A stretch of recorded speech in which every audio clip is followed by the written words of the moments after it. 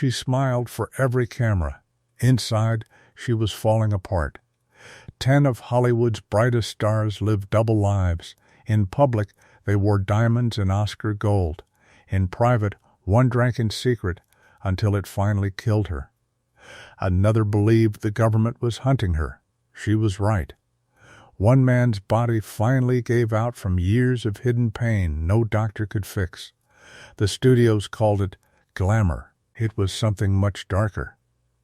Tonight we count down 10 Golden Age legends and the quiet tragedies Hollywood never wanted the world to see. Number 10. Veronica Lake. In the 1940s, one hairstyle could stop a whole factory floor. Veronica Lake's blonde curl falling perfectly over one eye was copied by millions of American women overnight. She starred in hit films. She sold war bonds.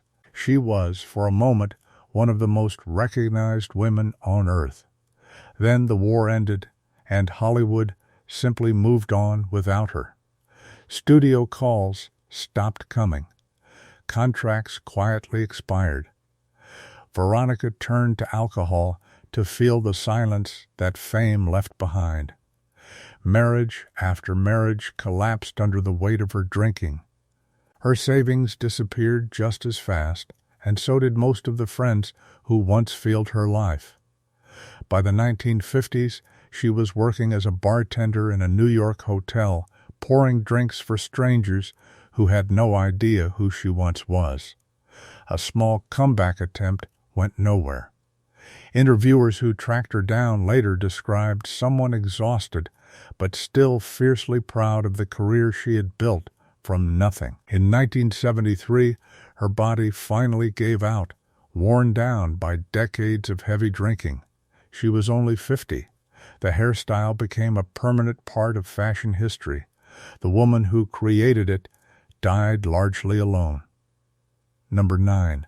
Barbara Payton. Barbara Payton had everything a young actress could want in 1950. Studio backing, magazine covers, and a career on the rise. Critics genuinely believed she could become one of the decade's biggest names. One violent night destroyed all of it. Two men competing for her affection, actors Franchot Tone and Tom Neal, ended up in a brutal street fight outside her house. Tone was left seriously injured. The press did not blame the men who threw the punches.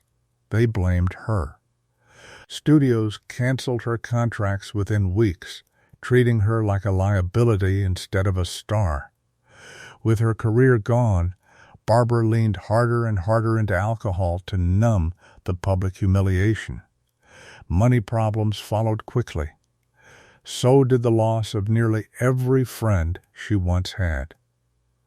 By the 1960s, she was homeless on the streets of Los Angeles, blocks away from the studio lots that had once fought over her.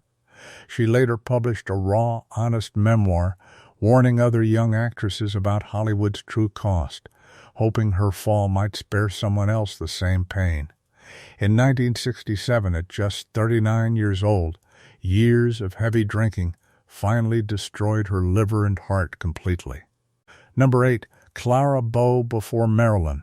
Before Judy, there was Clara Bow. In the 1920s, she was simply known as the It Girl, the single most famous woman in American entertainment. Fans mailed her tens of thousands of letters a month, and studios built entire marketing campaigns around her image alone. But Clara's early life had already taught her that home was not safe. Her mother battled severe mental illness, and Clara reportedly feared for her own life during one of her mother's episodes as a child. Fame did not fix that fear. It multiplied it. Tabloids published invented stories about her love life, each one crueler than the last, and audiences believed nearly all of them. The stress wore her down physically. Her sleep suffered. Her hands sometimes shook before big scenes, and reporters camped outside her home, hoping to catch her at her lowest. She finally walked away from film entirely in the 1930s, exhausted by an industry that never let her rest. Years afterward, she voluntarily entered a psychiatric clinic, simply looking for quiet she had never been allowed to have. She spent her remaining years far away from cameras and crowds. When she died in 1965, much of Hollywood had already forgotten the woman who once defined it. Number 7. Jean Seberg. Jean Seberg's biggest threat was never a rival actress. It was the United States government. In the late 1960s, Jean used her fame and money to publicly support the Black Panther Party's civil rights work. FBI agents were watching, and internal memos show they decided to strike back directly. Agents planted a fake gossip story claiming Jean was pregnant by a Black Panther leader. It was completely fabricated, designed purely to humiliate her in public and destroy her credibility. Soon after the story spread, Jean lost her pregnancy prematurely, a loss she and others directly connected to the unbearable stress the FBI had created.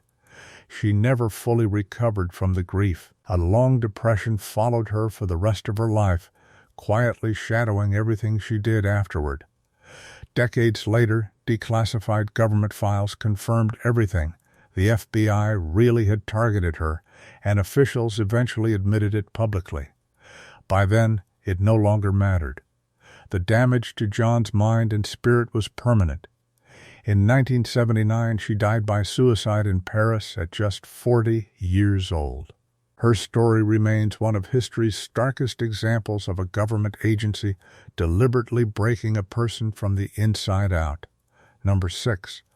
Montgomery Clift. Critics called Montgomery Clift the finest actor of his generation, and few disagreed. Then, one night in 1956, changed everything. Driving away from a party at Elizabeth Taylor's home, he slammed his car into a telephone pole at full speed. His face was left in pieces. Doctors spent hours in surgery just to rebuild it, and he carried the physical scars for the rest of his life. He lived, but the man who eventually returned to acting was carrying a very different kind of pain. Constant physical agony followed him for the rest of his life, and he leaned on alcohol and painkillers just to get through each day. At the same time, he was forced to hide who he really was, since being openly gay would have ended his career instantly in that era. The isolation of that secret only deepened his suffering. A close friend later described his slow decline with a chilling phrase, "the longest suicide in Hollywood." He kept working anyway, film after film, hiding his pain behind every performance he gave. In 1966, his weakened heart finally stopped. He was only 45, and critics still consider his final films some of the bravest work of his career. Number 5. Gene Tierney. Gene Tierney lit up 1940s cinema with unforgettable roles like Laura, but real tragedy struck during her first pregnancy in 1943. She contracted rubella, a virus known to badly harm unborn babies, and her daughter was born with severe lifelong disabilities as a result. Years later, Jean discovered the illness likely came from a fan who ignored quarantine orders just to meet her at a public event, a detail that haunted her for the rest of her life. The guilt was unbearable. It triggered a full mental breakdown that no amount of acting could hide. She was hospitalized repeatedly and treated with electroshock therapy, a standard approach to severe depression at the time. She later revealed the treatment permanently erased entire years of her memory, including moments with her own children. During her worst periods, she simply vanished from public view, leaving fans confused about what had happened to her. Very few people knew the real story behind her disappearance. Jean eventually returned to the screen and later chose to speak openly about her struggles, becoming one of Hollywood's first stars to do so. Her honesty quietly reshaped how the industry discussed mental illness. She passed away in 1991. Number 4. Frances Farmer. Frances Farmer had talent that Hollywood wanted, but an attitude the studios could not control. Throughout the 1930s, she built a reputation as a gifted, fiercely independent actress who refused to stay quiet. She criticized directors, she questioned scripts, she said exactly what she thought in an era that expected women in the industry to simply smile and obey. Studio executives called her impossible. Newspapers were even less kind. In 1943, after several public incidents and an arrest, she was committed to a state hospital in Washington against her will. There, doctors diagnosed her with a serious mental illness and treated her with insulin shock therapy for months at a time. The experience nearly erased her from public life completely. Rumors about what happened inside that hospital spread for decades afterward, some of them later disproven entirely by historians who studied her case closely. What is not disputed is this: a talented young woman lost years of freedom, largely because she refused to be silent in an industry built on silence. She eventually recovered and returned to acting, though Hollywood never fully welcomed her back. Frances died quietly in 1970. Number 3. Vivien Leigh. Vivien Leigh's trophy case held 2 Academy Awards, including one for playing Scarlett O'Hara in the biggest film of her era. From a distance, it looked like a fairy tale career. Up close, it was something far more complicated. For most of her adult life, Vivien lived with a severe mood disorder doctors of the time called manic depression. Her lowest points left her unable to get out of bed. Her highest points left her almost unrecognizable to the people who loved her most. She experienced breakdowns in front of film crews and live theater audiences alike, moments that tabloids gleefully reported without any real understanding of what she was going through. Her marriage to actor Laurence Olivier endured constant strain because of her illness, even as the two remained committed to each other for years.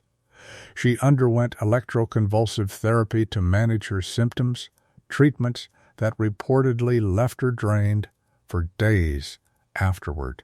Somehow, she kept delivering performances still considered among the greatest in film history. She died in 1967 of tuberculosis, an unrelated illness, at only 53. Every award she won sat beside a battle almost nobody around her fully understood. Number 2. Marilyn Monroe. No star from Hollywood's golden age is more recognizable today than Marilyn Monroe. Her face still sells magazines, posters, and murals worldwide, decades after her death. But the woman behind that face lived a very different reality. She spent her childhood cycling through foster homes and an orphanage, never once feeling like she truly belonged anywhere. As an adult, crushing anxiety and depression followed her into every room she entered. She relied heavily on prescription sedatives simply to get through ordinary days. More than once, she was hospitalized for psychiatric care, including a stay she later called one of the most terrifying experiences of her life.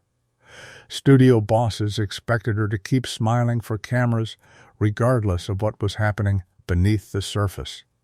Friends who knew her privately said she carried a loneliness most people around her never noticed.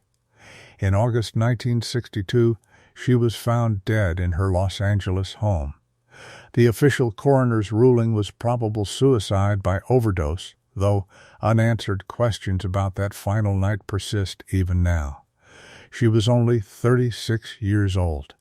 Even decades later, the world has never quite stopped watching her. Number 1. Judy Garland. Before she was even a teenager, Judy Garland was one of the biggest stars on earth, thanks to The Wizard of Oz. But behind that iconic rainbow, MGM ran her life like a machine. Studio doctors handed her amphetamines to survive 18-hour filming days, then barbiturates each night just to force her body to sleep. She was still a child, and dependency had already taken hold before she even understood what was happening to her. Executives relentlessly criticized her weight, adding diet pills to an already dangerous mix. By her 20s, addiction was woven into nearly every part of her daily life. She attempted suicide more than once over the following years and was hospitalized repeatedly for both her mental health and her addiction. Yet somehow, her talent never dimmed. Audiences packed concert halls well into her later years, often moved to tears by a voice that never lost its power despite everything she carried.